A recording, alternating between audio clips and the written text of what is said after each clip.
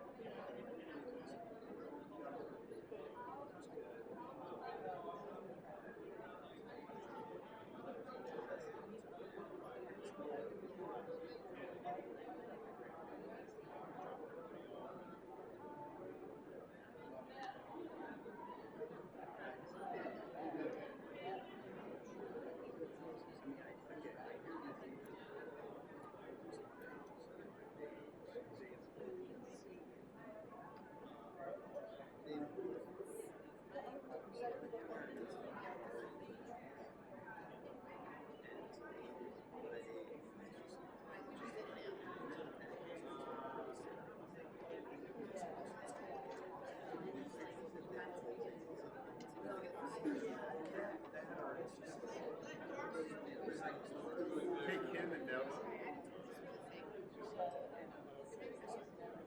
Hey, President Joseph. Yes. Can we get quick pictures of you?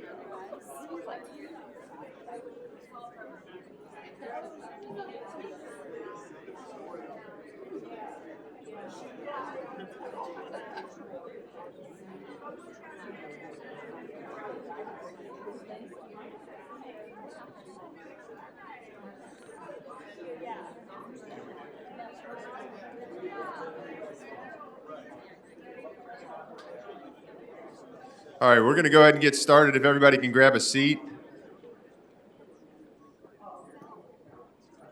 Got some good background music.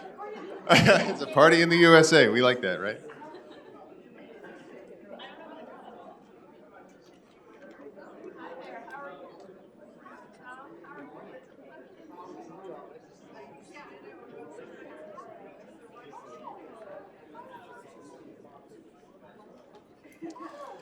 All right, we got everybody in. Good morning, everyone. How's everybody doing? It's a beautiful morning. Everybody doing well? Doing good. Excellent. Thank you, sir. Thank you. Well, my name is Mason Ailstock. I'm the president of the Rowen Foundation, and it truly is an honor to have you all with us this morning for a very important conversation, not only to Georgia, but really to our country and the world as we think about how we care for our planet, how we feed the planet, how we care for ourselves, how we care for our community, and all of that connects back to this ag tech topic that we're going to be focused on. And as a part of this, we're very excited to be working with the Center for Global Health Innovation. Maria Thacker will be joining us, as well as the Georgia Research Alliance, and launching this new gathering that we hope to do every year, Convergence Summit. And the idea of convergence is really interesting, and I think what many of us have experienced in life and professionally is that the solutions that we find, the ideas that we discover often live in the gray areas, in the places in between industries, in between majors at a university and a college, in between transitions professionally. And it's those areas and where they converge and that bring together diverse partners, people, perspectives with different backgrounds, with a shared motivation to find solutions to global challenges, and then work together and bring your different skill sets and expertise in order for that to be successful. And that's really the purpose of the Convergence Summit. And while Rowen has a lot of land, we have a lot of real estate, 2,000 acres that we're looking to develop with headquarters and research facilities and innovation facilities for leaders in agriculture, medicine, and the environment. The why behind Rowen being created is really about much more than just real estate. It's about bringing those people together programmatically or physically within the metro in Georgia or within Rowen in order to partner and work together. And in fact, just in December, we had the governor on site with us breaking ground on our first phase of infrastructure, 2 miles of complete streets roadway that if you go down 316, you can't miss it if you go down Drowning Creek right after the Harbin's interchange, and you'll see a lot of activity going on that is the cultivation of the land for us to prepare in bringing those diverse companies alongside of our higher education institutions to partner and work on these global challenges in front of us. So we're excited to be moving forward with the development of Rowen, and also very excited to have partners coming alongside of us to make all of that happen. And I think this idea of cultivation is really interesting, and it's super relevant to how we're thinking about ag tech today, because our vision for cultivation is really about cultivating the people and the places across our great state. How do we plant those seeds? How do we nurture the relationships? How do we attract those industry and the talent that we need in order to be successful moving forward? And that cultivation takes time and tremendous intentionality. And that's what lands us in the perfect topic for our first summit of having ag tech as our focus. Very excited to hear from a great panel that Maria will be hosting, but I first want to welcome to the stage our Rowen board member and the president of Georgia Gwinnett College, and a dear friend, President Jan Joseph, to offer a few remarks.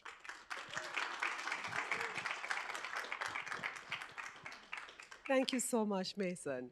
I agree, dear friends. So good morning to everybody, and again, welcome to Georgia Gwinnett College. I have the distinct honor and pleasure to serve as the president, the third president of the campus. I began this role in July of 2019. So I am one of those pandemic presidents. We survived a whole lot, and here we are to tell the tale. So I'm so excited that you are here, and I welcome our distinguished guests, of course, the members of the panel, but mostly I want to thank Commissioner Tyler for gracing us with his presence on our campus. He has assured me that this is the first but not the last time he'll visit us. So again, I'm so excited that we're all here. I'm also very proud to serve on the Rowen Foundation board. It is one of the things that I truly enjoy. When I was asked, what about this board, and I've shared this over and over, the key to serving on this board is a belief in the future. For those of us who are a part of Rowan. For most of the people in this room, what's going to happen with Rowan, we may not see come to fruition, but we are all invested in this because we're invested in the future for our children and for our grandchildren. So this is about belief in the future. So I am excited to hear more about the discussions. I'm not going to be able to sit through all of the panel discussions because I have conflict in work this morning. But this is an important opportunity, not just for Rowan, but for the campus, not just for this campus, but for the whole state of Georgia. The potential for innovation, the potential for collaboration here is tremendous, and it's a fascinating opportunity for this community. And for us, for Georgia Gwinnett College, GGC, we share so many goals with Rowan because we're new. For those of us who haven't been here or here for the first time, Georgia Gwinnett College turns 18 this year. We have finally grown up. But as we, but then again, 18, I don't know, maybe 25 is the new 18. But here we are. We are 18 and we have grown up and we share so many of the goals with Rowan because we believe in job creation. We believe that we are part of workforce development. We believe that we are here, we're young, but we're working towards the future. And we believe we have the opportunity to grow alongside and become a tremendous force for opportunity and economic development in this part of the state. And we believe we could do it alongside Rowan. So we are really excited about that opportunity to work not just for now, but for the future. We are more than excited about the opportunity for our students, our faculty, and our staff for collaborations to live and learn and grow with Rowan. So again, we are having you here today to talk, starting with agriculture and where we go with that. But we really want to just stay the course for this, stay on track. This is about patience. This is about building for the future. This is about investing in something that we would not see. This is truly about legacy, not just for legacy for GGC, but legacy for Rowan, legacy for partnerships, legacy for partnerships between the University System of Georgia schools, and legacy for our community. So again, thank you so much for being here.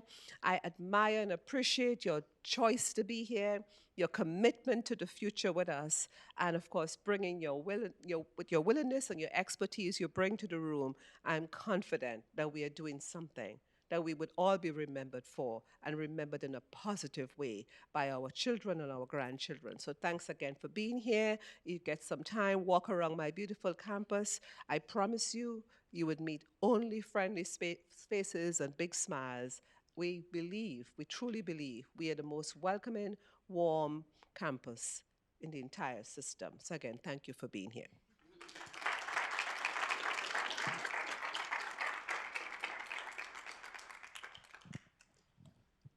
Thank you, Dr. Joseph.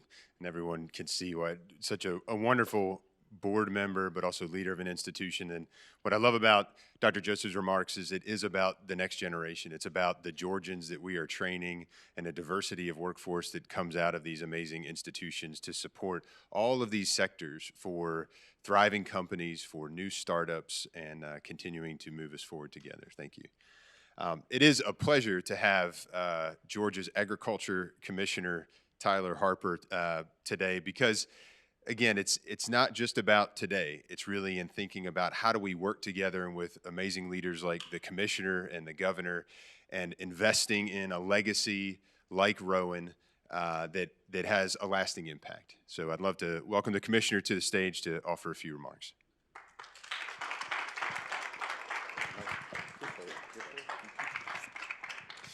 Well, good morning. It's good to be with all of you. Mason, thank you for the invitation. Thank you for what you're doing with Rowan. Really looking forward to the opportunities, obviously, that y'all are going to be able to give Georgians and especially in all these spaces that we're talking about, whether it's agriculture, healthcare, you name it, right?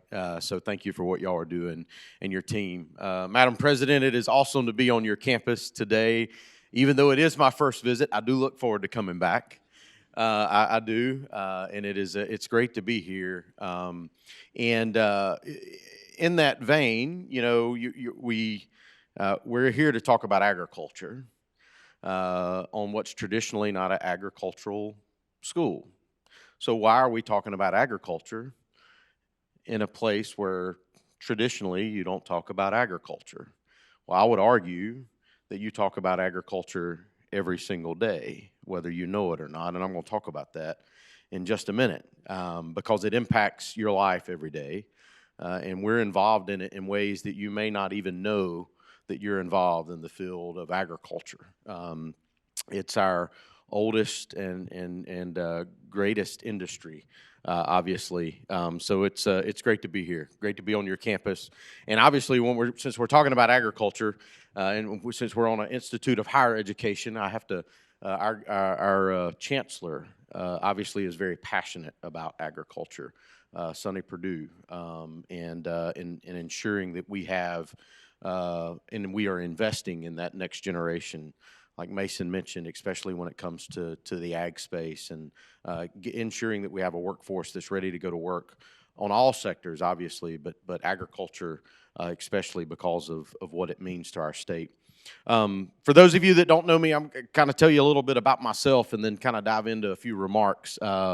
As he said, my name's Tyler Harper. I was born and raised in Ocilla, Georgia, actually Lax, Georgia.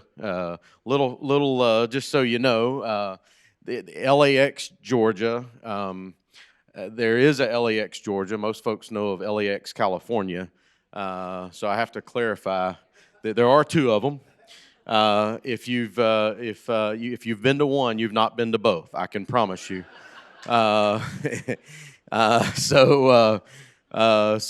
anytime y'all want to come to LAX, Georgia, y'all come on down to my neck of the woods. I'd love to show you around where I was born and raised, just south of Wilcox County. My friend, yes sir. But born and raised in Ocilla, grew up on the family farm. I'm a seventh-generation plowboy, seventh-generation farm boy. My family's been involved in agriculture for a long time.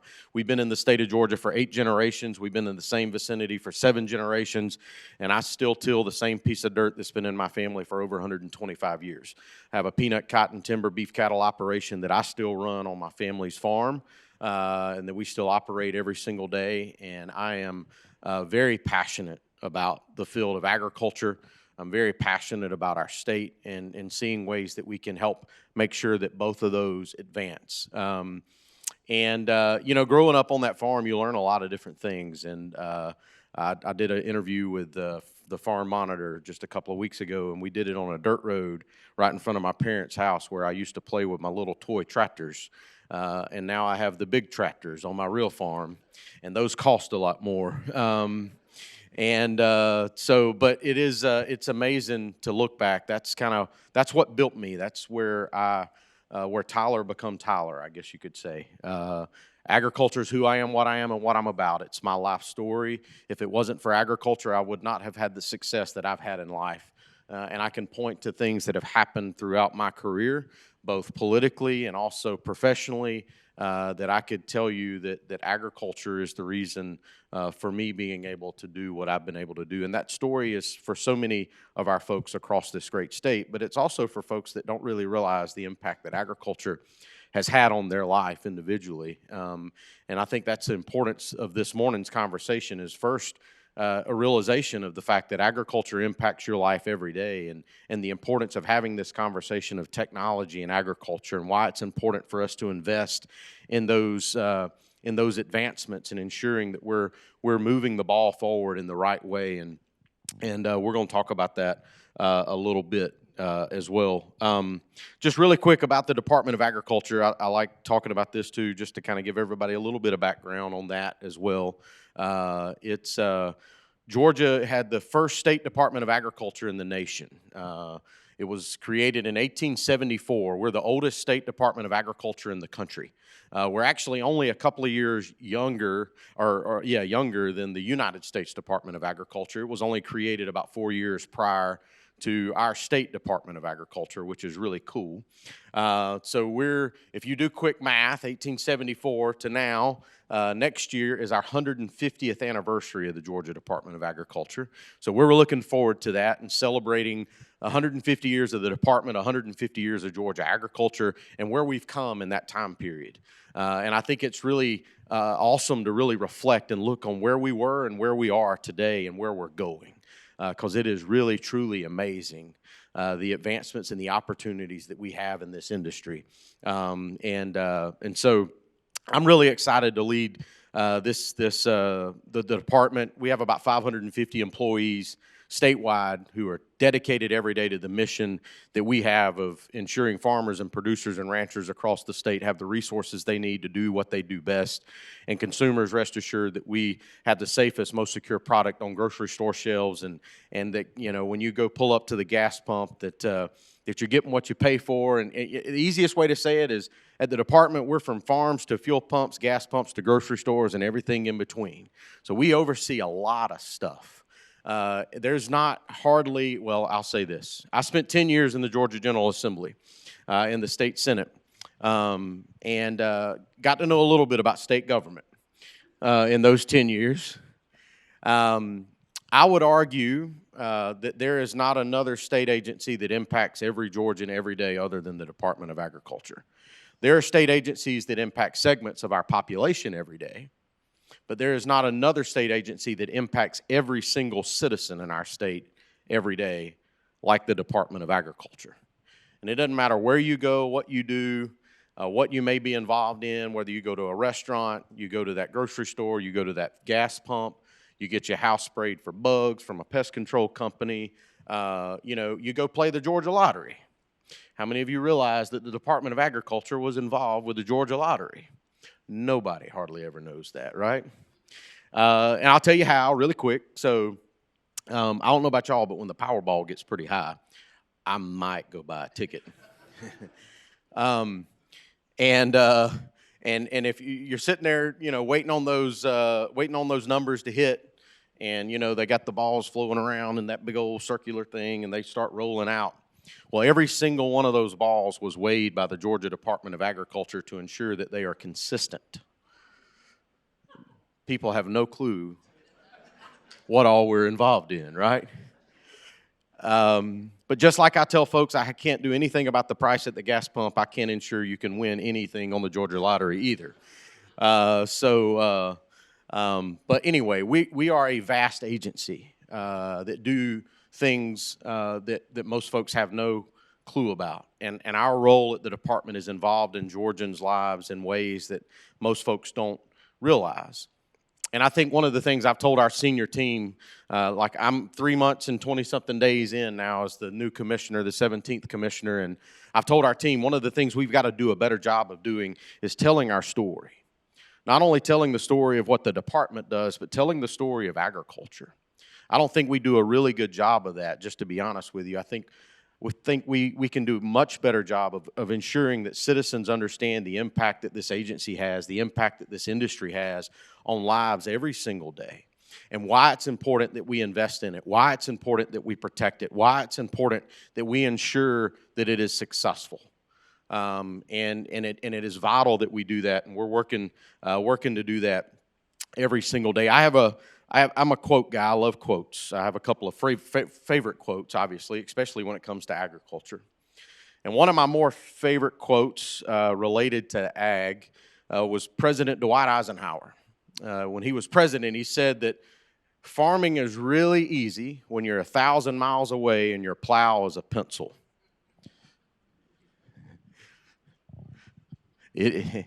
No truer words have ever been spoken, especially today.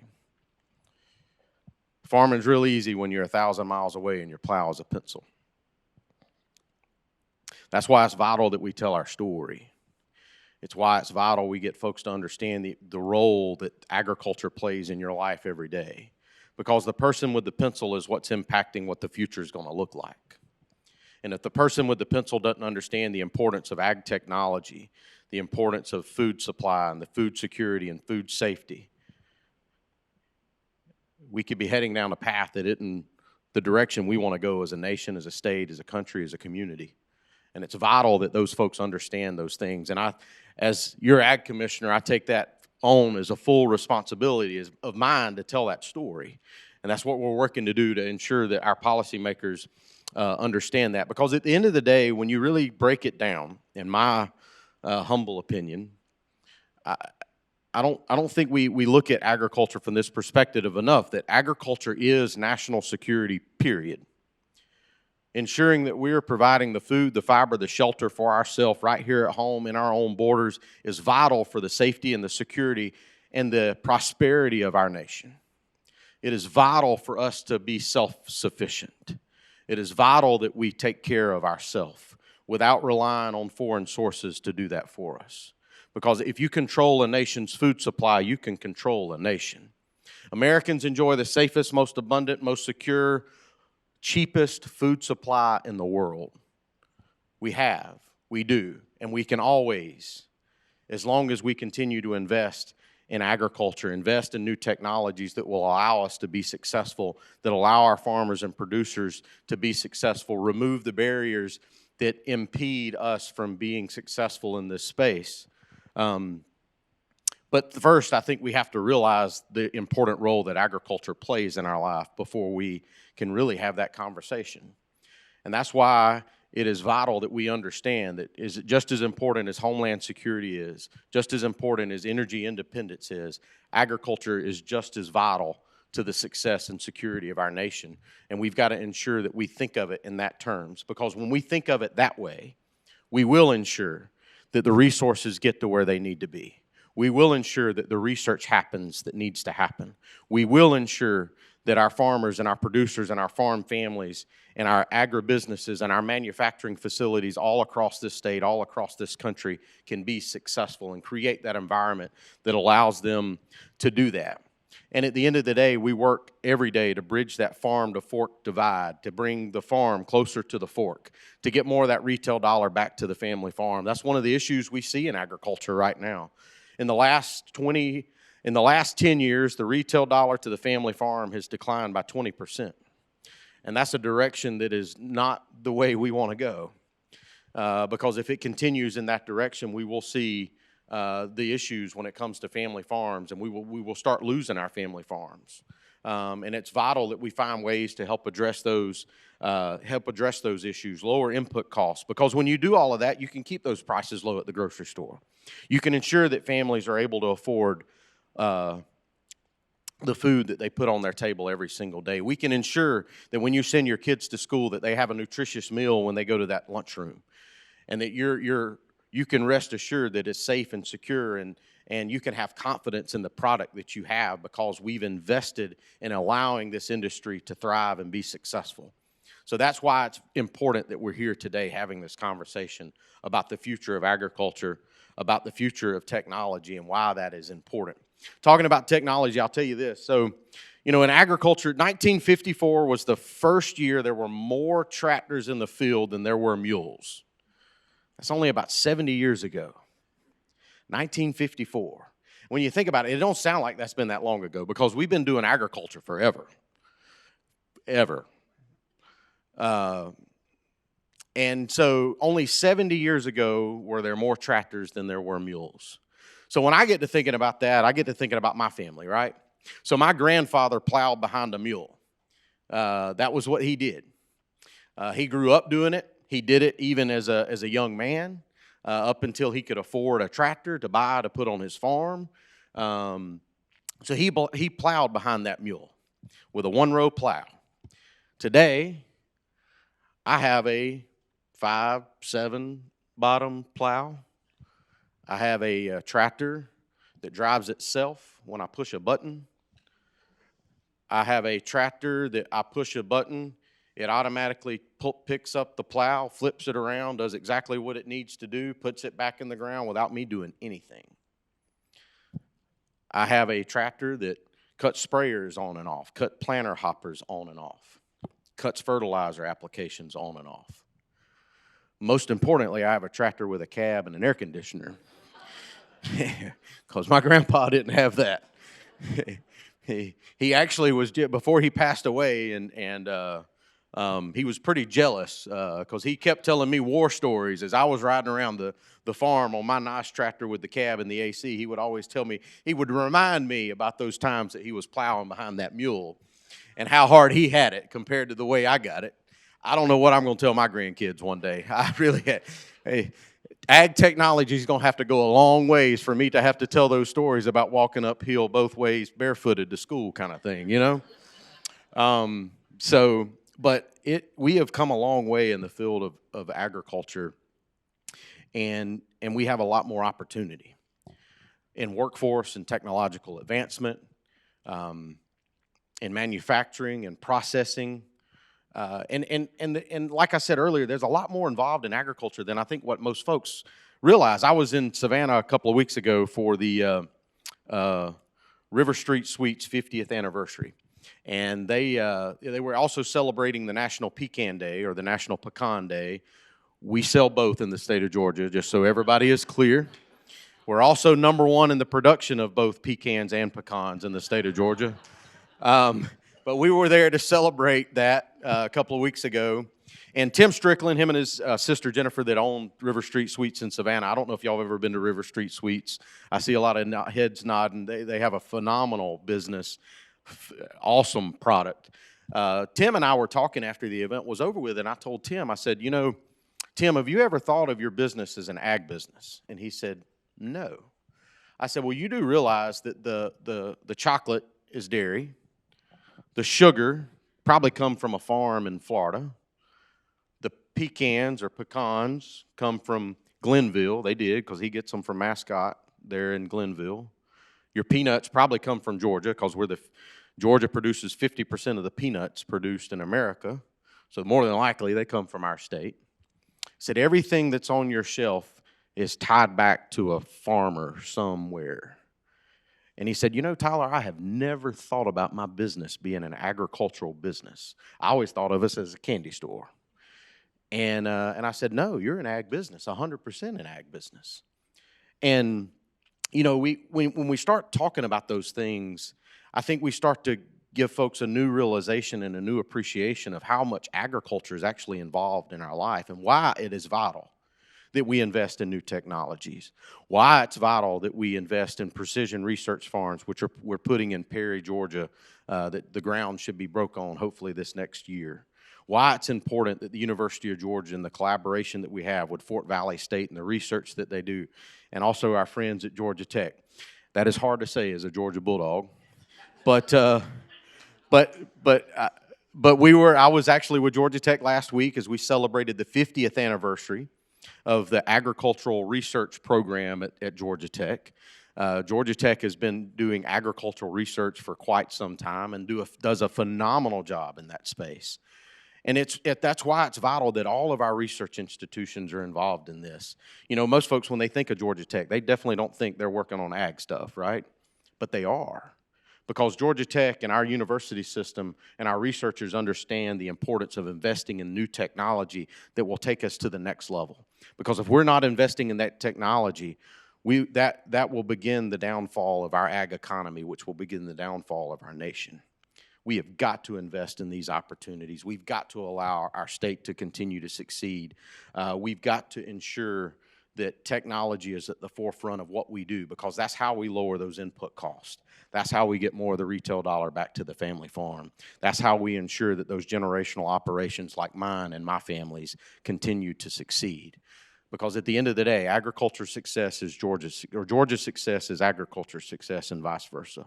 If agriculture isn't successful, our state can't be successful. We've been named the best place for business 9 years in a row, but we can't be the best place for business if the #1 industry in this state isn't successful.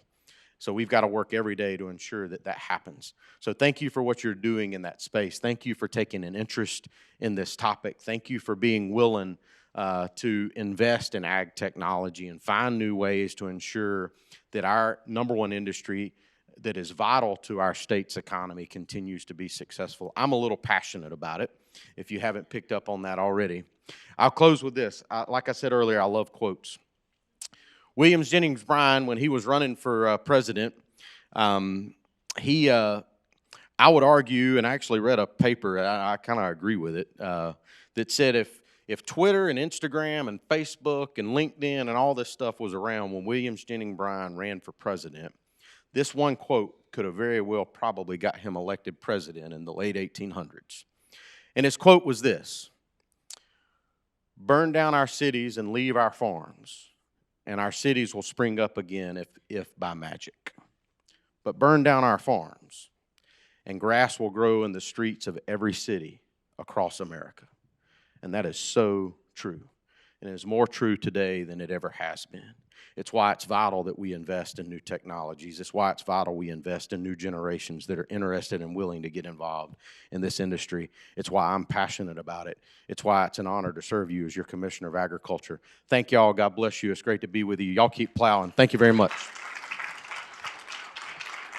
Yes, sir. Thank you. All right.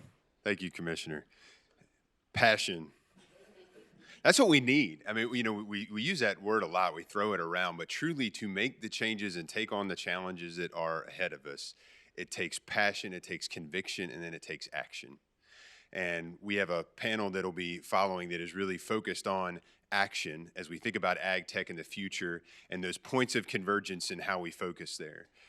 Before I turn the mic over, I heard 150 years. I'm hearing a party.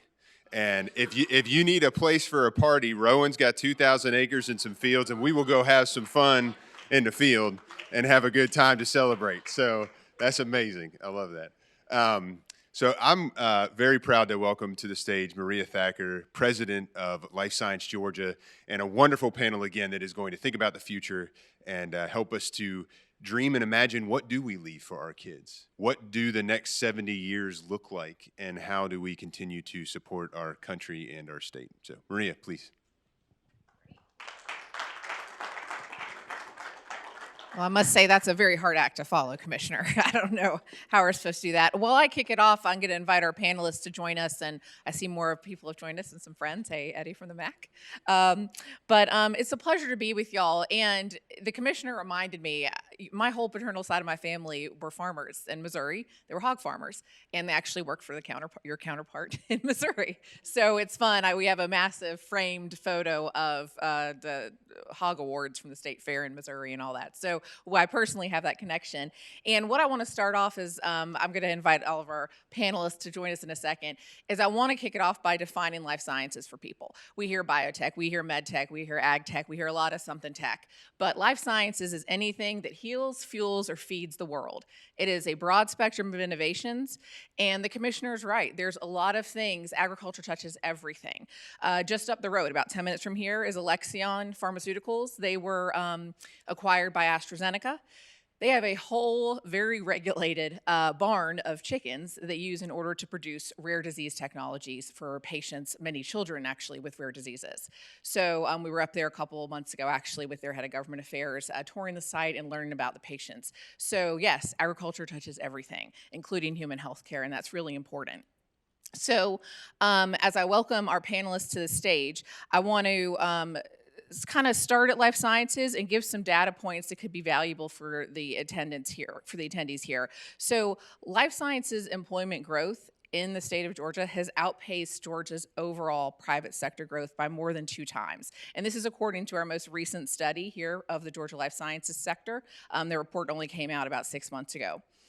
And Georgia has seen 4 of its 7 life sciences subsectors outpace the U.S. job growth since 2015. So life sciences is one of the, if not the fastest growing industry in the state of Georgia.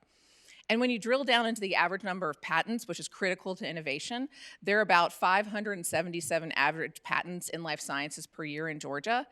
And those patents are primarily in med tech and biopharma, but the other third concentration is in agriculture technology and ag bioscience. Now, when you look at Georgia, we all know that we are a supply chain distribution state. That's a huge piece of what we talk about is for all types of industry. But life sciences distribution in Georgia is the 2nd largest subsector and reports almost 16,000 state jobs as of 2021. And that is a critical piece of what we do in terms of agriculture distribution as well. And then finally, I wanted to point out agriculture feedstock, because I get calls from my counterparts in Missouri and Kansas and a lot of other big farming states about this. Georgia's ag feedstock and industrial biosciences subsector has experienced strong growth since 2015. increasing by more than 30% since then to more than 1,400 state jobs. So this subsector of life science is a critical piece of our economy as a state, and it's critical to not only the entire nation, but the world as well, because the innovations around ag tech, plus the capacity we have around distribution supply chain, only set us up to be a leader. So with that, I want to invite a few of my counterparts up here. Let's start with Catherine Lynch. If you want to join me, I don't know where Catherine is. There she is. Connor, you might as well get out of her way and come up as well. And everybody else is okay. Let's see here. We have Marianela and Kim. And let's just grab a seat, y'all, and we'll get started.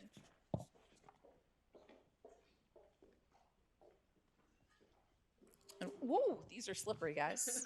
Let's do that. No, yeah, let's see. I don't know about that. Oh, goodness. Are we handing? How are we? Okay, you got it.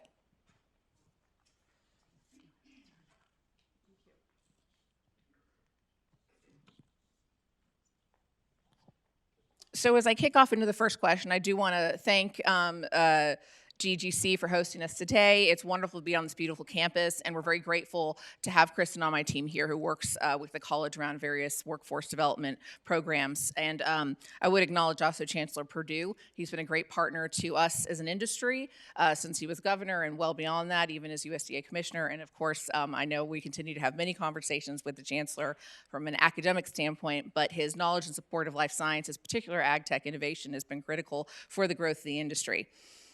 So as I kick off the first round of questions, and it's going to be directed, and I apologize, I have to have notes in front of me. It's going to go to Neela first. I'd ask that y'all, as you answer your first question, introduce yourselves. Your titles are up here, and you're all a critical piece of the conversation today. We're going to talk a little bit about research and development, the importance of placemaking, and the infrastructure needs around life science innovation for ag tech, and a few other things, some lessons learned from our fair state, a couple states north of us up in North Carolina. So with that, several components of the life science of industry and ecosystem analysis point to an exciting aspects of ag tech innovation and a competitive advantage we have here in the state. In fact, 131.5 million of the ag sciences R&D expenditures by Georgia research universities in 2020 represent an outsized share of ag innovation relative to the national average, and a lot of this is led by UGA. So, Neela, what are the biggest challenges we see facing the ag tech industry today, and what types of researches do you think we need to overcome that? All right. Yeah. Is this working? Yes? Mm-hmm. Great to be here. Thank you to the organizers for having us. I came from North Carolina this morning, so enjoy the traffic and the nice drive to make it here. I think these were addressed earlier. I was looking at the challenge of agriculture. I grew up in a farm in Panama, hence the accent. I saw my dad do agriculture and grow vegetables and potatoes. And the truth is that we need to continue doing that with less. And it is a huge challenge, right? We need to feed that 9-10 billion population that we're gonna have in the next decade. And yet we have to still let the farmers make money while they are sustainable, they're more energy efficient, and while our consumers get more demanding of the nutrition and the quality and the safety and the traceability of that food. So I think this has been the challenge of agriculture for 10,000 years when we started doing it back in the day. Maybe the question is like how we're gonna address it. And from my experience, I came from BASF. I started as a scientist, and today I see it in the product development. So I've seen what it takes to take those innovations and the effort that it takes to make them into products in the market that then farmers enable and adapt in their farms. And there's a couple of research that you see that the farmers are adopting, but they don't adopt them quite enough because it's complicated, because there are many tools. So I think at the end of the day, the key challenge is the farmer.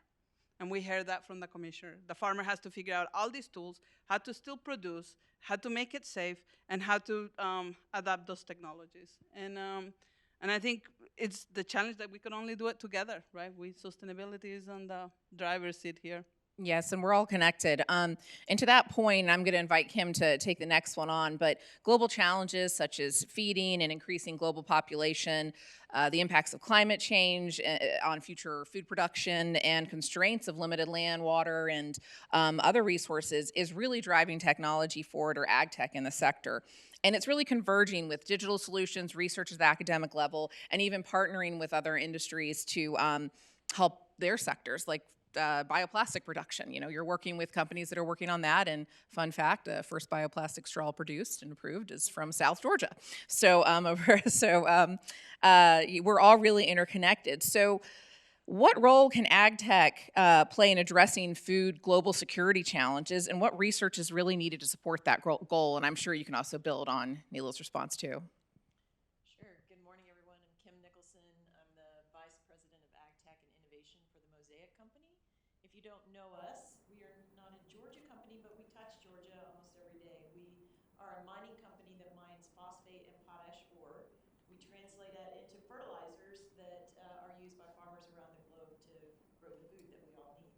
So we are very much an agricultural company and very much involved in the day-to-day operations of most crop production farms.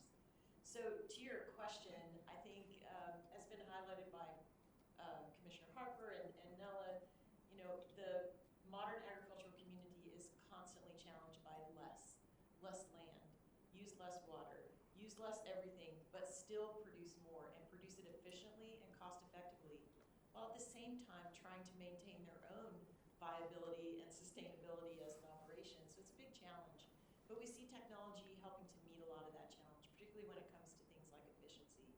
So, and that technology takes a wide range of focuses. I mean, we have certainly digital technology that's coming to the farm at a rapid pace. We have biological technologies. We see the transference of knowledge gained in the human health sector moving over into agriculture to help us both in animal agriculture but also in crop production.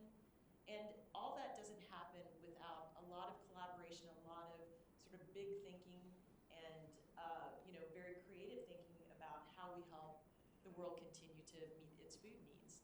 And that isn't a small challenge, you know, and it really takes all of the elements: infrastructure, people, talented people, collaborating with farmers who understand best the challenges. That's probably one of the biggest things missing in ag tech today. Is we have amazing technology coming to the farm, but if they haven't figured out exactly how the farmer makes money doing that, it's not very useful. It's a big gap in our you know, our education and delivery of technology to the farm. We have a lot of point solutions, a lot of things that, you know, are interesting technology, but not really helping the farmer be more productive. And that starts with understanding their needs and having a real conversation. You know, research can help some of that, but it starts with really a conversation with the producer and trying to understand their pain points and overcome those with the use of technology. That's great. And did you have anything to add, Nila? Are you good? Yeah, I agree. It's a tough challenge. But it does take everybody to come together and move that needle to get that adoption of those innovations, right? Maybe we need to get some of those Georgia Tech students over to some of the farms to talk to some of the, to understand the farmers' biggest challenges. We at the center are all about problem-driven innovation, and understanding those problems need to come from the people that are going to use the tools. There's lots of great ideas you can Google around and find, but unless you put on your boots and go get dirty and understand and speak to the people you're going to use your technology, you're not going to fully understand it. And it's the same thing when we're dealing with patient care. We need to understand what the patient's needs are and how they're going to use a device or a technology or a drug. And so patient innovation is just the same thing for you guys. AgTech innovation needs to be driven by the farmers and those using the technology. So I'm going to pivot a little bit over to academia a bit. So start with you, Connor. How can we ensure that farmers have access to new farming technologies? And if you have any direct examples, even out of Georgia or elsewhere, we'd love to hear about them. And maybe tell us a bit about GRA as well. Sure, thank you. Well, delighted to be here with all of you this morning. So my name is Connor Segra. I work with the Georgia Research Alliance. And for those of you who are familiar with the Georgia Research Alliance, we work with the research-based universities here in Georgia and look at their inventions and discoveries that the faculty is coming up with and try to figure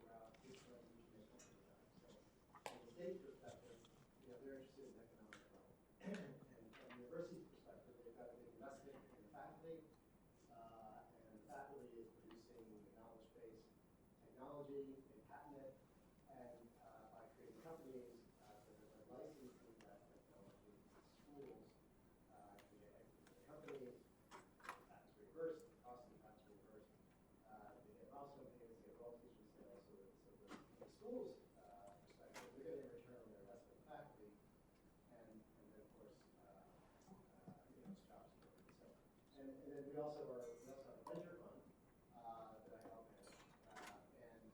And from the venture investors' perspective, we're just looking for capital. So that in a nutshell is the research work. And so with regard to your question, because we're working with universities, our approach is to provide grant dollars at a very early stage, really kind of at the conceptual stage. What we're trying to establish at that point is a proof of concept and actually practice. Because there's a big difference between developing something in the lab and actually taking it to a farm. And I might add, we work, because we work with all the universities, a colleague of mine likes to say we work with all the technologies from A to Z, aerospace to geospatial to biological research. But AgTech is a big part of what we do, both in the EPA, AgTech, which you know there, but just on the project we did with Valley State, we work with a number of schools here that are focused on AgTech. And it takes, and there's a wide spectrum within AgTech technologies. We're working in the robotics field. Commissioner Harper talked about a tractor that drives itself, using GPS. It's programmed for this field, where to go. That's another example of digital technology, electronics being involved. We're working with folks that are developing new seeds. Commissioner cotton farm, you said. Some researchers developing new seeds of cotton that have higher thread count. There are a variety of different robotics to reduce the labor that's needed in these farms. There's one company that we have that's working in augmented reality. We've seen people put on the headset and play games and things. But think about it in the context of a worker, some remote place who's cutting up chickens and at their desk at home, basically pick up a chicken and stick it on the post and we get cut off the breast and the legs and and robotics can do that, so they can position the chicken directly to the body.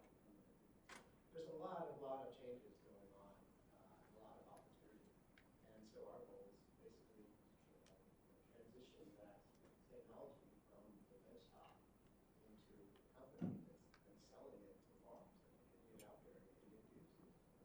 It basically fundamentally gets down to the problem to solve. Farmers have a lot of problems, and people are looking for solutions. So we try to create companies that provide those solutions. By the way, when I think about it, just to add to something Commissioner Harper said, he was talking about food touches the other day, and George. Connor, I'm sorry. Can you turn the mic on? May have already been on. Should be up. Maybe Maybe just close your mouth there. Okay, hold it. Yeah, if everybody just make sure the button's pushed up. Well, they didn't turn it off. Am I good? Yeah, just keep it close to your mouth. There you go. You're good. And so I'd say, so a couple of comments. National security concern. It is a national security concern. We're blessed in this country and in this state, agriculture number one industry, as you mentioned. But there are parts of the world where that is not true. You think about the Arab Spring riots way back when. That was started as a bread riot.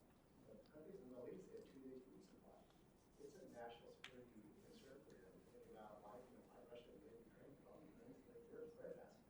I'm moving. I'm going to pick a country to invade. That's not a bad choice, right? So, it does matter, and we shouldn't take it for granted. But, we're blessed in this country and in this state. So one other thing I mentioned is I just read this on something at one of our projects the other day. And I just digress a little further question. This you'll understand in a second. Hear the answer to the question. But the question has to do with pets. And I'll give you part of the answer, but the most popular pets in this country, dogs are number 1, cats are number 2, fish are number 4. What's number 3? Any guesses from the audience? I'm guessing somebody in the audience probably has this kind of question. Bird. Birds are number 4. Chia pet. Sorry. Chia pet. Chicken,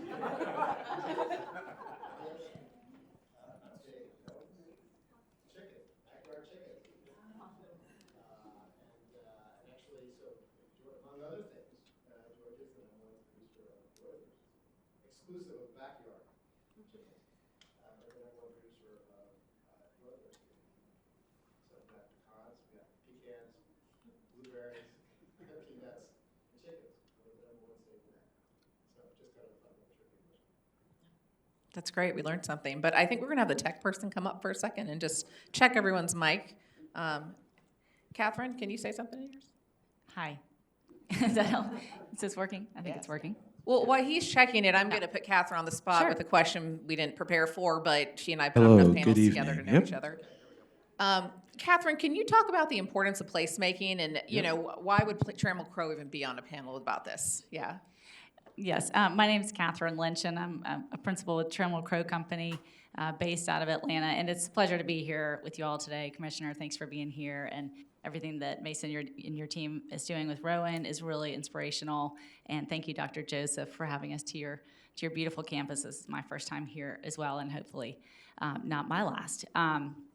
But yes, we're a national developer, commercial developer, and we develop everything from industrial logistics, multifamily, office buildings, and life science lab technology buildings as well. And we are doing a number of projects around the country that range from build-to-suit biomanufacturing facilities to public-private partnerships with universities and speculative lab office buildings, purpose-built projects as well in all the major hubs, but also a lot of the emerging markets like Atlanta. So the reason why I'm here today, I think, is to talk a little bit more about the physical space and the infrastructure that's needed to do everything that everyone has talked about today, getting together. We have so many people scattered around this whole state that are doing amazing things out in the field, but also in the labs, doing, creating innovation. And we have world-class institutions here in the state of Georgia, University of Georgia, my alma mater, Georgia Tech, Emory, you name it. We have world-class institutions here. And if you look at all of the really well-known hubs for innovation and life sciences around the country. It's all because they're clustered together, and that's really for a couple of main reasons in my mind. I think it's really about talent and money. The talent that is doing these innovations, they want to be in a place that they're doing risky things, and they're working for startup companies, and they want to know that there may be other opportunities for them if that startup doesn't work. So having that cluster really helps to de-risk it for the talent itself, and then also for the money, which I'm sure Connor can talk a little bit more about. But those venture capitalists, they kind of move in herds. There's definitely a herd mentality, and you look at Silicon Valley, and then really the model that's been done with Georgia Tech at Tech Square in Midtown Atlanta. I mean, the Coda building is a perfect example of placemaking and seeing the success that comes from that. Really going to that neutral ground where the universities, the institutions meet industry. So you're right across the interstate from Georgia Tech, but it's really technically part of Tech's campus. So you've got, you're bringing the academic side right there in a neutral ground with the institute, with industry itself. And so that's where really all the convergence happens that we're talking about. And so when you think about placemaking and clustering, there's a lot of different ways to do that. I heard somebody say that if you've seen one innovation district, you've seen one innovation district. They can all be very different. It can end up attracting different types of industry and different technologies. But at the heart of it, technology tends to be one of the similarities amongst all of it.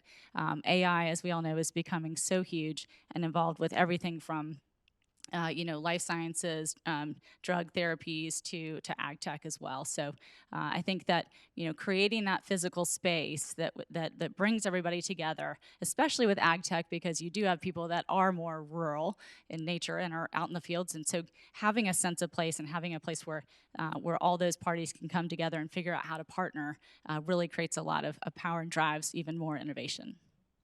Definitely. Collaboration is key, is really what I take from that. And there's an important piece to having place. So with Science Square in Atlanta, that's really important.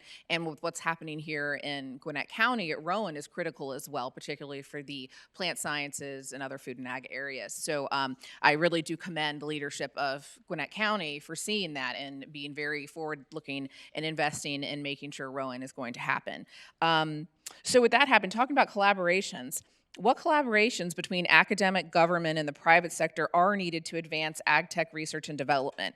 And this question's really for Kim, Neela, and Connor. So who wants to take it first? I can certainly dive in. I think this year is my 37th year in the field of agribusiness, and I've seen a lot of change and a lot of growth around the industry. But where I see the really successful innovation to real practical use is when it's a bit of a village concept, right? It takes involvement of academic institutions, private industry, government, everybody coming together to recognize the problem. There's plenty of ideas. Over the course of my career, I've seen thousands of wonderful ideas, and without that village around those ideas to support and nurture them into something practical and real and useful, they generally fail. So, place is important, the talent's important, the idea generation, the atmosphere, and the support from all of those institutions are critical to having these innovations truly succeed. No, that's great. Neela, are there any best practices or anything you've seen in other communities that have a strong collaborative ag tech or even innovation community? Yeah, maybe I could speak a little bit with how BASF has approached this collaboration. So in my previous role, I was part of the BASF team that developed that supported that development of that partnership within North Carolina, right? So we have that NC Biotech Center that will host folks. We have a couple of real estate investors that have hubs of startups that they hold happy hours, and then people from big companies go and meet all the startups. So the physical location is key. We have to interact. And the pandemic kind of hijacked this because everybody got used to just, being on your PJ pants and connecting and seeing what's happening out there in the rest of the world, right? And I think coming back from that is like, how do you make people get out of their comfort zone and come back out and socialize, right? Again, and put ideas out there. And some of the things that, we open the happy hours, we start going to the seminars. But I think the other thing that we have is that universities, for example, invite industries to be part of their boards in order to influence what kind of research they're doing, so it's relevant to the local area. There's master agreements that happen between several or consortia that happen between several of the universities and several of the ag centers. And this pivot, next thing you know, we're applying together for public funding in order to really address some of the key ideas that need to be incubated before a company or a startup is formed. And I think this is a little bit where you go from that idea and that concept to actually start a proof of concept that probably is going to have to pivot as you get input from the different places where you could play it. And we have tangible examples. I think we have a master agreement with NC State. We started a partnership. It was a sensor technology. It's not ready for us to develop it, and then we apply for public funding. NSF gives funding for this to start a startup, and then maybe we'll come a player. But now they can find. I think the interesting thing is that they found a key customer for their sensor, and it's sweet potatoes in North Carolina. Because guess what? North Carolina is the #1 producer of sweet potatoes. So our technologies are also focusing on that ecosystem of ag and those needs. Yeah. No, that's great. Connor, I'd love for you to add to this. GRA is a perfect example of collaboration across academia, industry, and government. So talk to us about. Sure, yeah. And I think this is now on. It is so on. Hopefully you can all hear me a little bit easier. So we specifically set up a program called Greater Yield, which focuses on our companies that are in the ag space. And Catherine was talking about the cross-pollination, and we use that program to make sure that they're all introduced to one another because some of them are working on similar problems. But I kind of think that when you're developing new technologies, some of the more interesting technologies are the ones where you get cross-pollination between experts in different fields from different schools collaborating with one another. So it's really important that they have that connection. And then beyond that, it's a mechanism to reach out and apply for public grants. We have our own grant program at the GRA that's funded by the state of Georgia. But more importantly, the bigger dollars come from the federal government. So whether it's NSF or NIH, let's say if they're working on a vaccine, so the funding, particularly at the very early stage where there's still a lot of risk involved, is very important for these programs to get off the ground. As I say, establish that proof of concept, reduction to practice. And then the third part of it, I'd say, is that, and by the way, I'll use it as a plug, the AgTech Summit here in Georgia is coming up in Macon on June 7th. If you guys are interested further, we're going to have a number of our companies presenting, our greater yield companies presenting at that conference. But the other part of it is that we're always looking to, if you think about a researcher working in a lab to solve a problem, it's really important that they also talk to farmers and people in industry so that they can understand how that technology is going to be used and how that will impact the person's work product, workflow, how that will impact their day, and how it will actually be used on the farm. How much, it's one thing to come up with a technology that solves a problem, but is it affordable? Does it make sense in the context of what they're trying to accomplish? So it's really important for us to make sure that the faculty have mentors. We don't expect them to leave a tenured professorship at one of the universities and all of a sudden become the CEO of a AgTech company. We need to find mentors for them that can help them with that transition and find the skill sets they need to make that company successful. So that's a big part of it as well. No, definitely. And that's something I think all of us are trying to curate here in the Georgia market in particular, is finding that mentorship.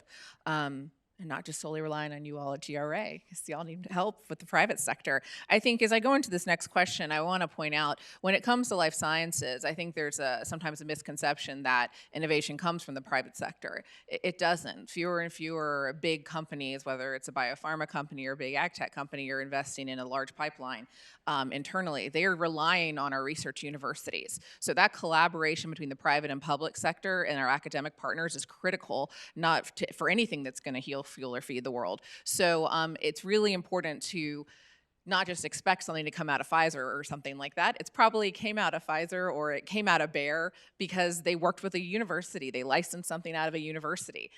So there is a strong connectivity between the private sector and the public sector and private academia as well. And the biggest investor in innovation is the federal government. So it all plays a part in that. So all that being said, I'm hoping a couple of y'all might have some good examples of some cool ag tech you might have heard of. So any promising emerging technologies in the sector that you'd like to highlight, that and how could they further be developed or commercialized even? Again, looking at the three of you all. Who wants to go first? So.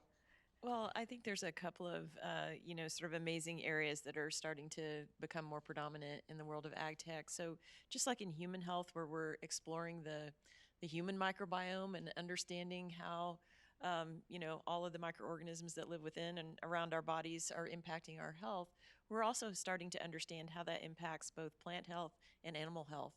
And, the amazing advances that we've seen over the last few years with understanding more about the individual organisms, the ability to gene sequence or gene edit these organisms in order to make them productive parts of a production practice for a grower is pretty fascinating. And if you switch over to the other side in digital technology, sadly, sometimes agriculture is the last place that technology comes to look, right? We're right there with construction and manufacturing in some cases, but we're now starting to see some amazing applications for artificial intelligence, for machine learning. Robotics is on fire in agriculture. Commissioner Tyler mentioned his auto steer tractor, but we're starting to see, advancements in auto harvesting, autonomous harvesting. Robotics is just on fire in agriculture.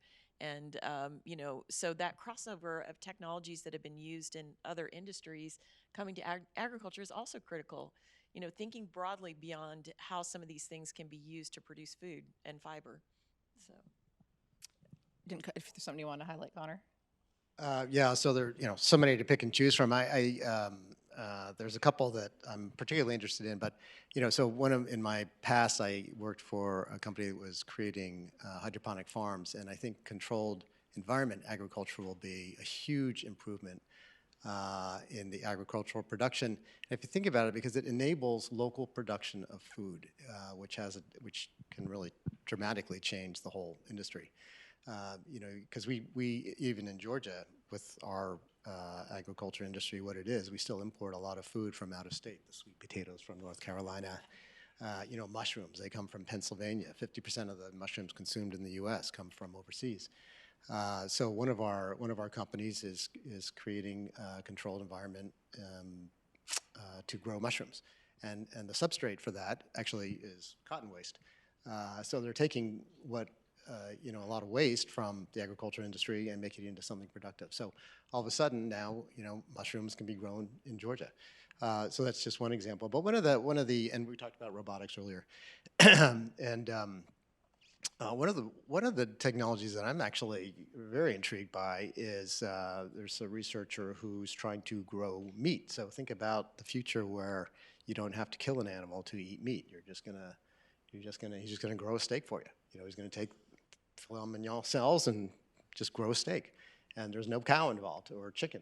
I think, and you might say, well, that seems a little far-fetched, but he's actually made a lot of progress, and I'd be willing to bet, we'll see that in our lifetime. And think about the impact that would have on the agriculture industry. So there's a lot of really intriguing, interesting things going on. And animal health is definitely related to human health, so a lot of the vaccines and improvements we're making in animal health impact human health as well. So there's just a lot of interesting things. The one thing people talked about, AI, so artificial intelligence, when you're talking to an ag person, particularly someone who's dealing with cattle farming, AI means something completely different to them. It means artificial insemination. So I've learned in my business, you have to be precise when you mention AI, exactly what you're talking about. Thank you, Connor. Good to know. And Neela, did you have something to add, or? Yeah. I think I was inspired by some of these comments. It is true, the infrared sensor technology that we use to scan our crops came from scanning for bombs, right? And it was RPA that funded a lot of that research, and now we use for, scanning our crops to make sure that they are healthy and they have diseases. So two things is the cross-pollination of technology, so talking to people outside where you sit is very important to think what you can bring in, and that was quite encouraging. Maybe the other is we will need new business models. So as digitalization and everything comes together, I think when I think of the farm of the future, and in my job, I have to think, what is agriculture gonna be in 20 years? So of course I don't have a crystal ball, but you have a need and Amazon tells you, oh, maybe you wanna buy this. And I could see the farmer of the future, it's like it rained yesterday and you're growing cotton. It's like, maybe you want an insecticide because there's already resistant to whatever crop you're planting. And so this is how farming might happen in the future. So this connectivity, but also the new business model. What is it gonna be? Is it gonna be yield and outcome? So not only technology, but I think we need innovation on how we capture that value. No, definitely. Actually, and Maria, if you don't mind, one other very interesting technology I think that I'll just leave you guys with. There's one company is working to produce plastics out of algae, and so of course the advantage would be it'd be biodegradable.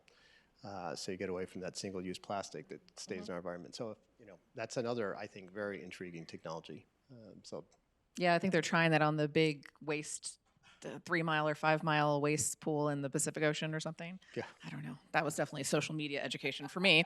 Hydroponics is really interesting, and everything from growing in space to a lot of other areas. And in fact, we'll be announcing, I think, Kristen, somewhere in here in the next month, hopefully, a partnership, a federal grant we received in partnership with a company called Ponix that's out of Georgia. So stay tuned for that news. So I'm going to hit 2 more questions, and then I want to open it up to questions from the audience.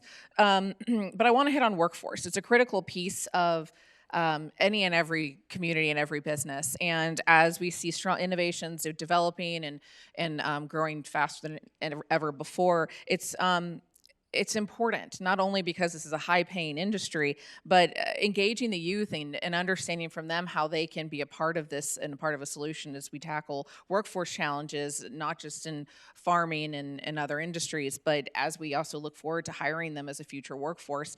Maybe, Neela, I will start with you. What actions can the industry take to engage young professionals? I think they certainly can get started on that, eating grown in a petri dish meat for us, because I think that's going to be quite the marketing and PR strategy. But young minds, how can we start to engage them early for the industry and get them more involved? Any ideas? Or Kim? I could give an example. My kids are not interested in farming. So I took them to the farm, and my dad has a drone, and he's spraying in Panama. My dad is 77-year-old, in the middle of nowhere. He's spraying his herbicides with a drone, and he has a joystick.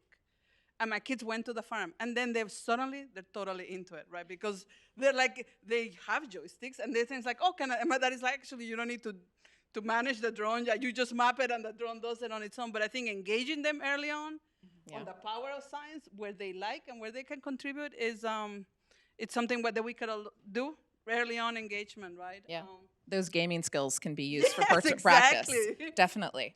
I have a 6-year-old. She wants video games. We're holding off as long as we can. Anything to add from anybody else?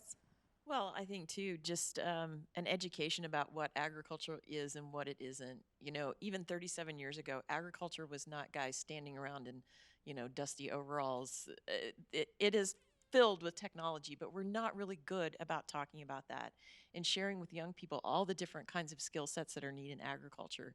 So whether your passion is around advanced biotechnology or genomics, or you love robotics or artificial intelligence, or artificial insemination, and machine learning. There's a place in agriculture to use those skills and to really advance the whole industry. So I think it's about education, about helping the broader population understand what modern agriculture really is, and all of the opportunities and just challenges that can be met by young minds.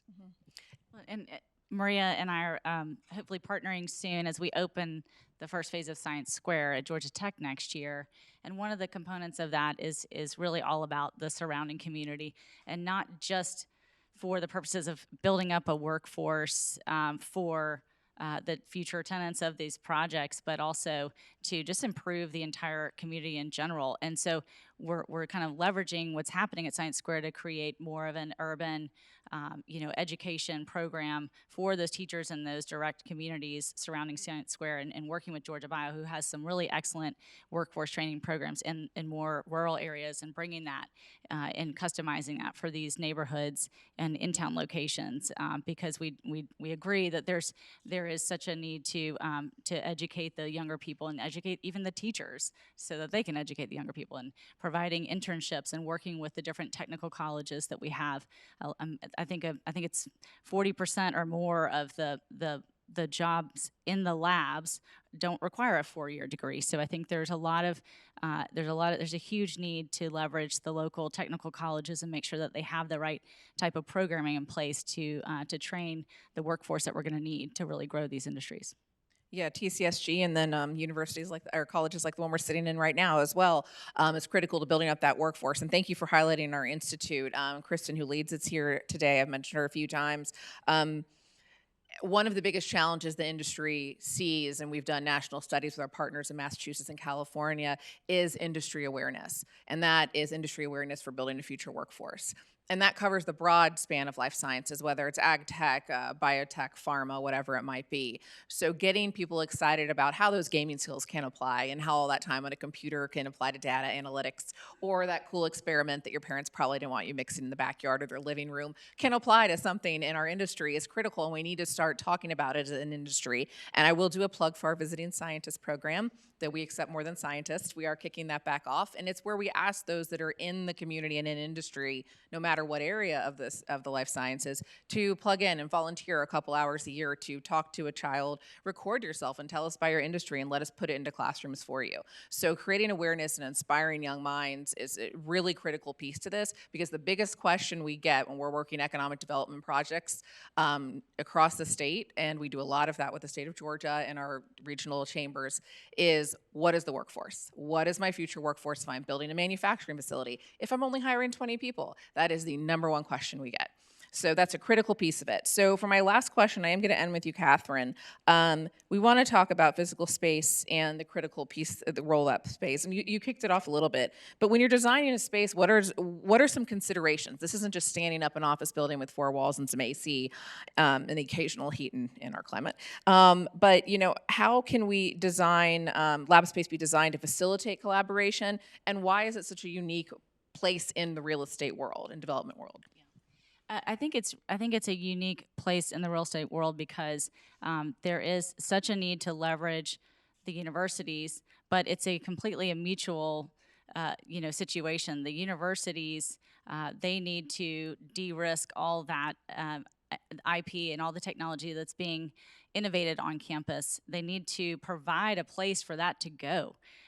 And so once they commercialize, they have to be off campus. And right now, there is no lab space available in Atlanta and their surrounding area where somebody can immediately go once they're ready to take that leap and they started to raise funds. And so building that physical infrastructure is such a key piece. And it really is, it's a partnership because for the universities, it helps them attract more faculty, more PIs.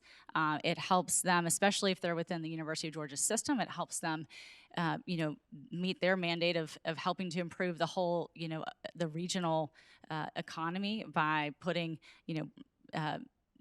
university-owned land back onto the property tax roll. So you're really leveraging private capital to de-risk everything that they're doing on campus. So it's a really interesting partnership. And so when we at Trammell Crow are looking at how do we build this purpose-built tower, it's purpose-built for lab space, but it's speculative. We have no tenants. We don't know exactly what kind of science is going to be done here. So it's a very delicate task of figuring out the lab components of it and the core and shell and all of the building systems to be lab ready day one. So yes, it may look like an office building, but it's truly lab ready and purpose-built. But at the same time, thinking about the people that are going to be inhabiting it and thinking about what the end goal is long term, like we've all been talking about here, just having those long-term visions, but creating spaces, common spaces, indoor spaces and outdoor spaces where all these people can get together, whether you're from Georgia Tech or Emory or any university or any institution, or you live there in the district, or you work at Tech Square, or just bringing all these people together, and from the AUC, from Spelman, from Morehouse School of Medicine, bringing them all together and creating these places where different startups may be working on completely different technologies, but there's a lot of spaces. So there's a coffee shop, and there's, you've got a tenant lounge with that can be an event space at night, so you can have those happy hours where you can invite different people within the ecosystem. We're partnering with an incubator, Portal Innovations, that will be taking a floor in the building, providing, as they invest in startups that are coming out of the universities, again, everything's generated, as Maria said, out of these universities.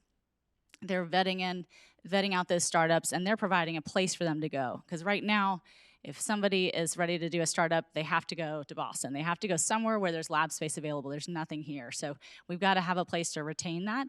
And then we are building on a speculative basis what we call graduator suites that range from 3,500 to 7,500 square feet, maybe 15 lab benches to up to 35, and a place for, as a company graduates from that incubator space, a place to have their own place to really ramp up their marketing, their administration, their leadership, their executive team, a place to do all that in addition to their lab space.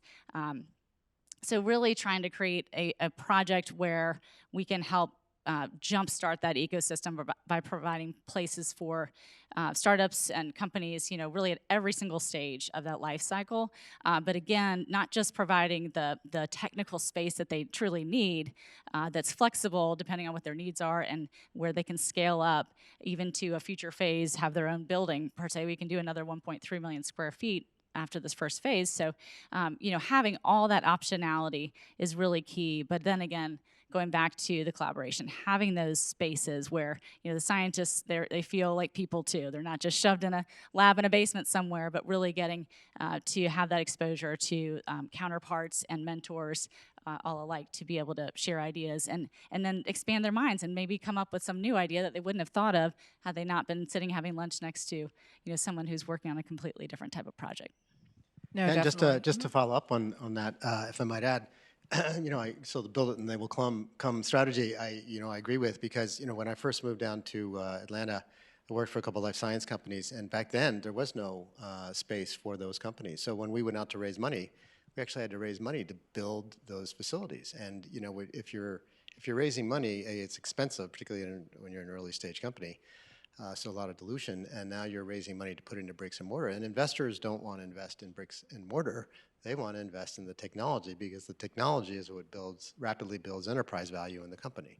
So if you have space like Catherine is working to create, like Rowen's working to create, where these companies can go and they can lease and not have to raise that money to build it themselves. And I might add, if you're talking about a research lab, those, back when I was looking at it back in the 90s, it was like 2 to 3x the cost of a regular office space, because they have to have enhanced air handling, they have to have more plumbing, have to have a lot of reinforced, because of the weight and all the rest. There's just a lot more things that go into the building if you have a wet lab research space with big air handling facility, and God forbid you want to put like even a rodent vivarium in there. So the cost is significant. So if you can have places like what's being created now, where the companies can just kind of move in and lease the space, it makes a huge difference in terms of their ability to raise capital.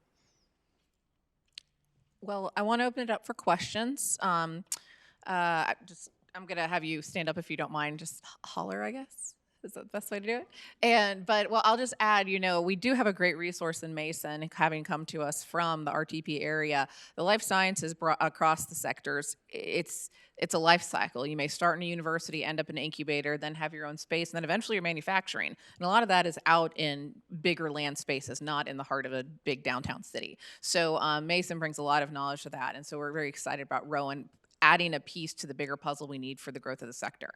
But my friend, what is your question? Hi everyone, I'm Amy Sharma, Science from Georgia. First thing, you guys mentioned workforce development a couple of times and getting the kids interested into this.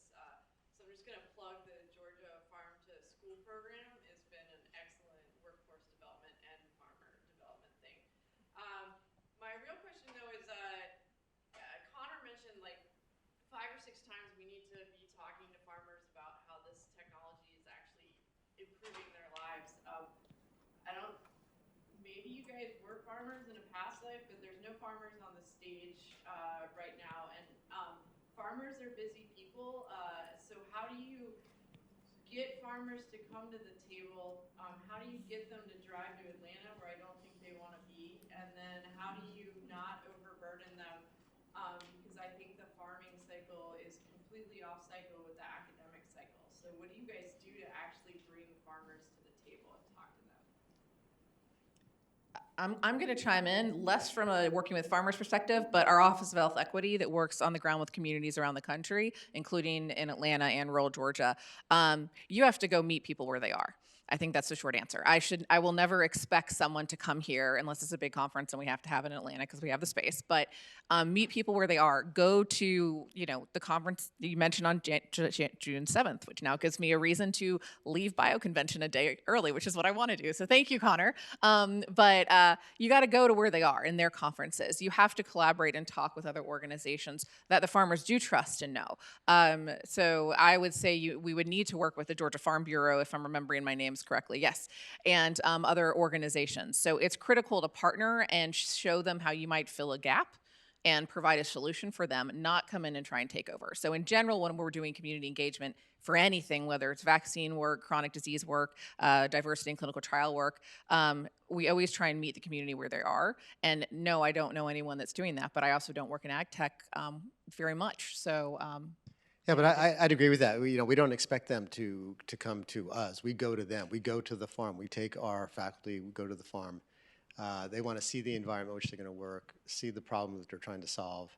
And there are some farmers who are early adopters, but in general, I'd say they're a pretty conservative group, and you can imagine why. The commissioner was talking about he's got a family farm, how many generations, they're not just going to switch over to a new seed that you came up with or some new technology to drive the tractor unless you can prove and demonstrate to them that it works and it's worthwhile, because they are putting their entire farm at risk.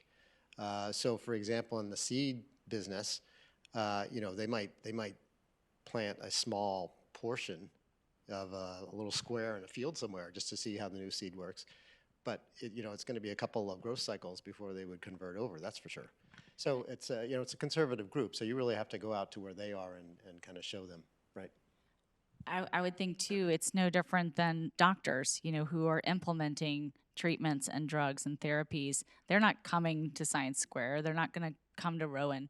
The people that are working in these innovation districts have to go out to them. So I think it's really the same concept either way. I think that means we're planning an event together at some point, Amy. So we have an action item. Any other questions? Yes, sir. You got it first. Yes, you're right. everyone. My name is Neil Campbell. I'm with City of Atlanta, Department of City Planning. One of my observations I've made in the years I've been living here is most farmland that's in proximity to the suburbs or the city are being repurposed into subdivisions, which, as we know, subdivisions are not really communities. They're just places that attract housing affordability. How can we implement ideas such as eco-villages that can help to, let's say, develop 20% of those underutilized farms for development, leave 80% for farming, and then connect those to our trail pedestrian infrastructure? We'll see if we have a right answer for this. I will say that this is actually a concept we'd like to put before the mayor. Since you're with the city, I'll say that. We've been working with ShareCare and a few other corporate partners, but we haven't been able to get an audience. And I know that affordable housing is a priority for the mayor. So happy to discuss that. But there's a lot of examples you see in other cities that have attempted this in a small scale, but I don't think we've attempted this at all in Atlanta. Connor? Well, yeah, I'll make a comment about that just because I referenced earlier that I used to work for a hydroponic farm, and it was actually in the city of Atlanta. It was located at the end of one of the runways at Hartsfield Airport. It's real estate nobody would ever want because it was noisy. Those planes, they make a lot of noise when they take off on land. Well, the plants, they don't care. All the noise in the world, they're still going to grow. And I would say that, if you're, the one thing about hydroponic farming and or controlled environment farming, you can stack it. So within a shipping container, we had several different levels. So one of our shipping containers, I can't remember the statistics exactly, but one of our shipping containers over the course of a year, because you're optimizing for the growing cycle and the conditions are always perfect, generated the same amount of food as I think it was like close to 100 acres out in California. So, you can very efficiently with controlled environment agriculture, grow food locally without using a lot of land, but it's fresh, it's available, and it's right there. So I think some of these technologies will have a huge impact on the ability of locally grown food to be delivered to the cities. And in Georgia we're lucky because of the weather, but think about we put one of our farms over in the Middle East, so in a desert. So you have an environment where they couldn't grow food at all, and you think about the factors that so what matters, right? So our biggest cost was labor and energy, and you recycle the water; it uses no water. Well, over there, labor's cheap, energy's cheap. They have no water, so they love that kind of farming. It has an impact not just in the cities, but even in places that have a long winter, Alaska, that kind of environment, it can have a big impact. So, and I would add that our role is at the center and with Bio is to convene as a neutral convener. And I think between our network, with Rowen, the network they have, as well as I can think of 4 partners that helped pull together the center's formation years ago. Right off the bat, would be happy to sit down with the mayor's team and think out ideas. I mean, the reality is there's plenty of ideas and there's lots of resources in Atlanta proper that could help conceptualize this, but it would take money to implement. I mean, just like you see with Serenbe, which is a very successful way out there, and actually in my neighborhood, there's a mini Serenbe that's in formation now called Pendergrass Farms. It's the same thing. It's farm to table. They're growing their food there. They're going to have a farmer's market, which my husband's very excited about. But there are concepts, but it's not affordable. I think the only way that's going to happen is if there's a creative way and someone leading the way, and that could be Mayor Dickens in this case, to really pull that together. And there's plenty of funding out there as well that you can look for to help support the development of something like that. And we have local resources. One person who I think used to or may still be on the mayor's staff, one of the Seidels, if I recall. But, there's plenty of resources we're happy to bring to you and happen a discussion if needed. So, yes, ma'am. Hi, I'm Marilyn Davis. I'm with HRNA Advisors. How do you think about making sure that these technologies are available to an equitable group of farmers in the state of Georgia and beyond? The number of, I read a statistic that said the number of black farmers in Georgia is down to like 5% of all farmers, something really minuscule. And they have obviously challenges related to the cost of inputs, just and scale, the lack of scale that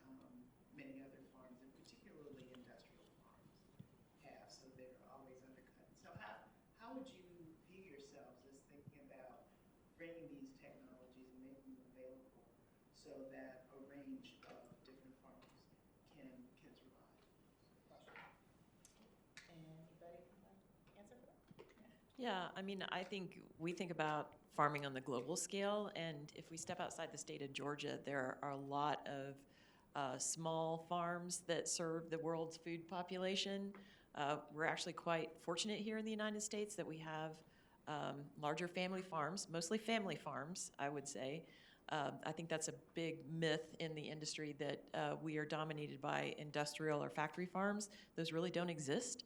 We are vast majority family farmed owned here in the United States. But to your point of making sure that technology is equitable, I think that's a big focus of the efficiency of many of these technologies, making them affordable, making them practical, making them really deliver value, no matter if you're farming 2 acres of rice somewhere in the world or you're farming 10,000 acres of corn in the middle of the U.S. Midwest. So I think there's a lot of this technology that changes the game with how that can be deployed in any size farm around the globe. Yeah, it's a tough question because I do think it takes a lot of money and people to get the technology out there to the market. And that's why it costs so much. I mean, the cost of the regulation, it takes 10 years, a lot of submissions, you want it to be safe, and it takes a lot of effort to prove that a technology is safe. And then the price of that technology is really high. It is a challenge. I think there's 2 things that we do in my companies. One, I'm in the business of row crops. So if you're growing a row crop, probably that technology is a commodity price, is faster, better, more efficient, and is in that commodity pricing type of situation. But we can do commercial deals for example, it often happens that certain regions in the world that are still developing, in Africa, they will have like a clause for commercialization in those areas so they can still leverage the technology. They're just not going to grow 20 hectares of it, right, or acres. So, and I think when we put a technology out there, we have to be conscious to carve that space to make that technology available. And it takes a community effort to do that. Mm-hmm. And maybe we're too busy doing it globally, and we don't do it enough locally, and maybe that's one of the challenges. So it's a great question. Yeah, and I'd love to connect with you. The Ponix grant that we have coming up, it has a requirement to work with HBCUs, and I think, and there's an access and equity piece to the requirement with the USDA. So happy to chat with you because I don't know any Black farmers, and we probably needed them at the table early on. So now I'm not an expert on our grant. I'd have to talk to my health department, my head of health equity. But yeah, love to explore that some more. So. Yes, sir. Last question. Oh, I'm sorry. Yeah, go, sir. Morning. Great conversation. My name is Howard Wertheimer. I was at Georgia Tech, intimately involved with CODA, so I appreciate the shout out there, Catherine. So I have a son who is finishing up his 3rd year of veterinary medicine school. I have a daughter who is in Colorado, works for Compost Colorado. So my family's involved, my kids are intimately involved with the land. I didn't hear anyone talk about carbon footprint related to agriculture. And ran out of time, sorry. We all know, and I'm going to get kicked with this, but we all know that cows, pigs, chickens are really the middleman to what we consume. So has there been anything happening in the state of Georgia? And I wish the commissioner were still here to respond to that, but maybe some of you have some thoughts about what we can do to help protect our environment for our children and grandchildren and future generations so that the commissioner's great-great-great-grandchildren can still be farmers.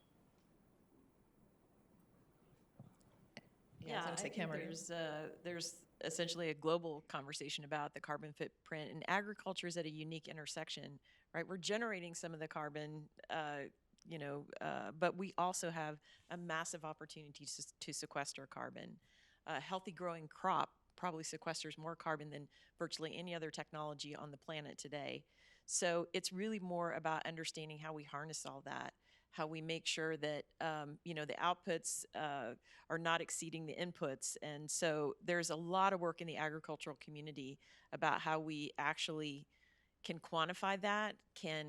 We're providing a lot of the carbon credits that other industries are trying to look for in order to offset their emissions. So I think it's a great area of promise for agriculture around the globe, not just here in Georgia, but around the globe.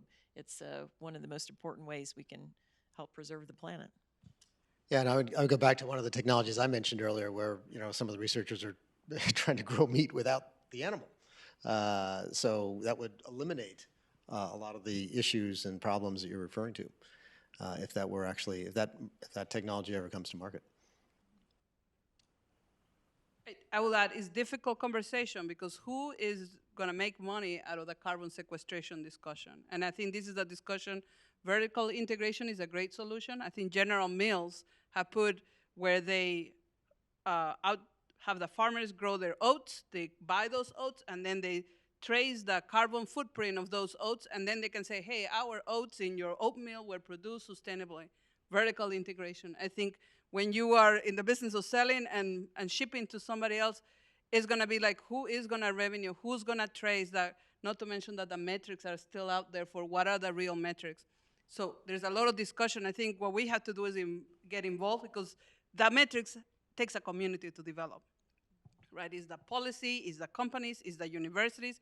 And I think the universities play a pivotal role because their interest is, it's clear that they are there for research and move the needle. And I think doing that test in the farm of what are those metrics for carbon footprint is going to come from the academic center into driving this conversation forward.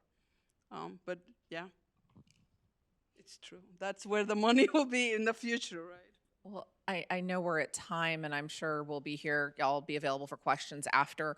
This was a great conversation. Thank you all. And I would encourage everyone to follow Rowen and follow Science Square on social media. They're both very active. And check out the websites and the plans. It's really important. And frankly, there's a lot of local economic development and government affairs work that goes into developing these types of sites to make sure we have the right permits and ability to build these specialty sites. So supporting them and just being aware of what's going on is really critical. Thank you to our panelists, especially our out-of-state panelists, and Connor and GRA, and Rowen for hosting us here today. One final plug, I would just say for this particular audience, the Biotechnology Innovation Organization's Bio-Impact Forum is coming to the Southeast for the first time in 6 or 7 years. It'll be in North Carolina up at RTP in August or September, I should know that. But we are able to offer a discount for another week and a half, 2 weeks. So I'll also get that to you guys. I know it's not in Georgia, but it's in the region, and we do have lots of friends in RTP, and it will be an international conference around innovation in agriculture and food and ag technologies. So if you want to drive up to RTP, please join us and shoot me a note. I'm easy to find online. Y'all can stay for just a second. Let's give them one more round of applause. Maria, Nell, Kim, Connor, Catherine, thank you all so much. This is an exciting conversation, and to me, what is most exciting about it is that while we're talking about today and things that are happening today, what we are investing in, the decisions we're making, the hard questions that we're asking of ourselves, of our partners, of our institutions, of our state, are about tomorrow, and they're about the future, and how do we get there together in partnership. So I'm excited for our first Convergence Summit. I'm looking forward to next year. We'll gather together again. We'll pick a topic that's at the center of these global challenges that we have in front of us, and how do we take them on in partnership. So please feel free to hang around. Thank you all for joining us this morning. Thank you again to our host, Dr. Joseph, and GGC and her wonderful team, and we'll be able to chat out in the lobby. Have a good afternoon.